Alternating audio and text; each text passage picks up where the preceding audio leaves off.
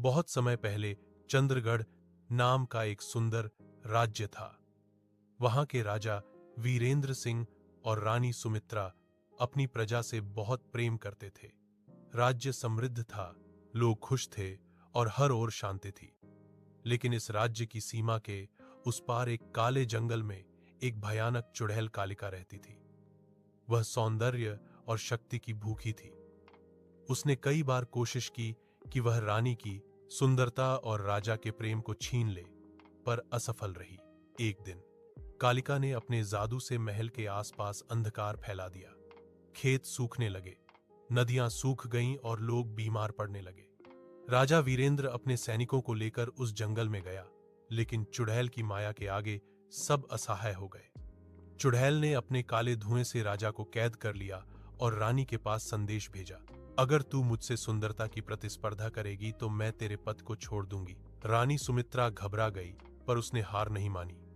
वह रोज मंदिर में देवी चंद्रेश्वरी की पूजा करने लगी।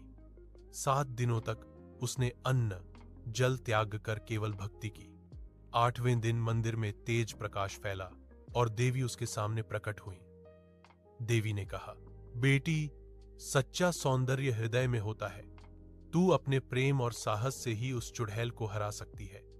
ये दिव्य सत्य दीप ले जा, इसका प्रकाश झूठ और अंधकार को मिटा देगा। रानी देवी के आशीर्वाद से जंगल की ओर चली। जैसे जैसे वह बढ़ती गई, चारों ओर का अंधेरा मिटता गया।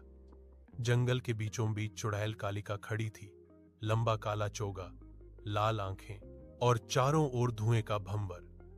उसने हंसकर कहा, रानी, तेरी भक्ति से तेरा चेहरा चमक रहा है, पर देखती हूं तेरा प्रेम कितना मजबूत है।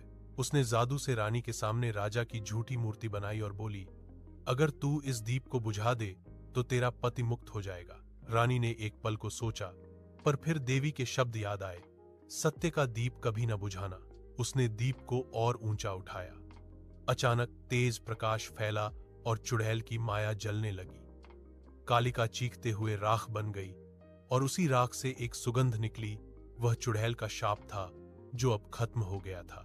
धीरे धीरे जंगल में फिर से हरियाली लौट आई, पक्षी गाने लगे। राजा वीरेंद्र की कैद टूटी और वह देवी के आशीर्वाद से स्वस्थ हो उठा। दोनों हाथ जोड़कर देवी का धन्यवाद करने लगे।